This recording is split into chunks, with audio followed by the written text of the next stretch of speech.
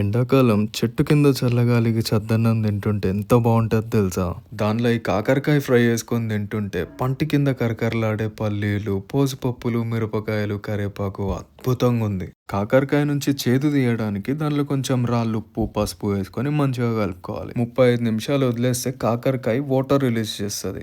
దాన్ని స్క్వీజ్ చేసుకుంటే కాకరకాయలు ఉన్న చేదు, తేమ మొత్తం పోయి ఫ్రై చేసుకోవడానికి రెడీ. ఇప్పుడు ఆయిల్లో కాకరకాయలు వేసుకొని టేస్ట్కి తగినంత సాల్ట్ వేసుకొని కాకరకాయలో ఉన్న తేమ మొత్తం పోయి కాకరకాయ కరకరలాడేంత వరకు ఫ్రై చేసుకుందాం. ఈ వీడియోలో చూపిస్తున్నట్టు కాకరకాయ తేమ అంతా పోయి క్రిస్పీగా మంచిగా ఫ్రై అయితే చాలు. ఇప్పుడు పంటి కింద కరకరలాడే శనగపప్పు, మినపప్పు, పల్లీలు, దంచుకున్న ఎల్లిపాయలు, ఎండుమిరపకాయలు, లేత కరేపాకు వేసుకొని కరేపాకు కరకర అనేంత వరకు ఫ్రై చేసుకుందాం. ఇప్పుడు మనం ఫ్రై చేసుకున్న కాకరకాయ వేసుకొని మంచి టాస్ ఇద్దాం. ఇప్పుడు మీకు తగినంత కారం పొడి, ధనియాల పొడి వేసుకొని మంచిగా కలుపుకుంటే అంతే. పెరుగన్నంకైనా, చద్దన్నంకైనా, పప్పు అన్నంకైనా అద్దిరిపోయే కాకరకాయ ఫ్రై రెడీ.